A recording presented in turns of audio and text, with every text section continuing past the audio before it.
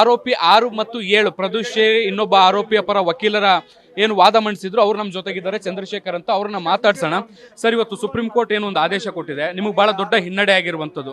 ನೀವು ಜಾಮೀನು ಕೊಡ್ಲೇಬೇಕು, ಈ ಕೊಲೆಯಲ್ಲಿ ಅವರ ಪಾತ್ರ ಇಲ್ಲ ಅನ್ನುವಂತ ನಿಟ್ಟಿನಲ್ಲಿ ವಾದಿಸಿದ್ರಿ. ಆದ್ರೆ ನಿಮ್ಮ ವಾದವನ್ನ ಸುಪ್ರೀಂ ಕೋರ್ಟ್ ಪರಿಗಣಿಸಿಲ್ಲ, ಅದಕ್ಕೆ ತದ್ವಿರುದ್ಧವಾದಂತ ಆದೇಶವನ್ನ ಕೊಟ್ಟಿದೆ. ಈ ಆದೇಶ ನೀವು ಹೇಗೆ ನೋಡ್ತೀರಿ? ಸುಪ್ರೀಂ ಕೋರ್ಟ್ ಏನೇ ಆದೇಶ ಕೊಟ್ಟರು ನಾವು ಅದಕ್ಕೆ ಗೌರವಯುತವಾಗಿ ಸ್ವೀಕರಿಸ್ತೀವಿ. ನಾವು ಅದ್ರ ಬಗ್ಗೆ ಗೌರವ ಇದೆ. ಈಗ ಸುಪ್ರೀಂ ಕೋರ್ಟ್ ಏನು ಹೇಳಿದೆ, ಬೇಲ್ ಕ್ಯಾನ್ಸಲ್ ಮಾಡಿದೆ. ನಾನು ಆರೋಪಿ 6 ಮತ್ತು 7 ಜಗದೀಶ್ ಮತ್ತು ಅನುಕುಮಾರ್ ಪರವಾಗಿ ವಾದ ಮಾಡಿದ್ವಿ.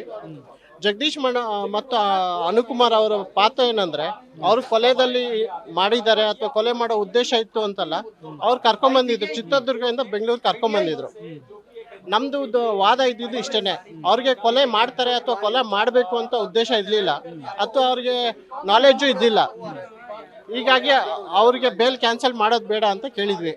ಆದ್ರೆ ಸರ್ಕಾರ ದರ್ಶನ್ ಮತ್ತು ಪವಿತ್ರ ಗೌಡ ಮತ್ತೆ ಒಟ್ಟು 7 ಜನಕ್ಕೆ ಬೇಲ್ ಚಾಲೆಂಜ್ ಮಾಡಿದ್ರು.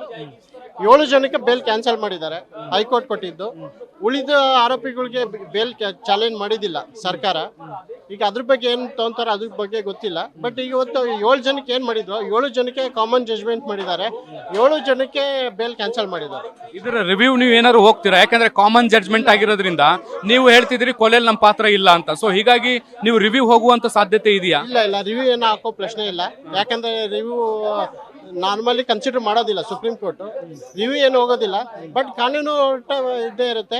ಈಗ ಟ್ರಯಲ್ ಮಾಡಕ್ ಹೇಳಿದ್ದಾರೆ, ಸಾಕ್ಷಿಗಳನ್ನ ಶೀಘ್ರನೇ ಇದು ಎವಿಡೆನ್ಸ್ ಮಾಡಿಸಿ ಅಂತ ಹೇಳಿದ್ದಾರೆ. Trial consider.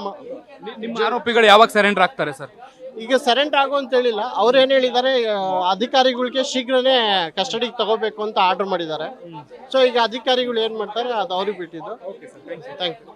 ಇದಿಷ್ಟು ಚಂದ್ರಶೇಖರ್ ಅವ್ರ ಮಾತು. ಕ್ಯಾಮ್ರಾ ಪರ್ಸನ್ ಜಿತೇಂದ್ರ ಕುಮಾರ್ ಜೊತೆ ಶಬೀರ್ ನಿಡಗುಂದಿ, ಪಬ್ಲಿಕ್ ಟಿವಿ, ನವದೆಹಲಿ.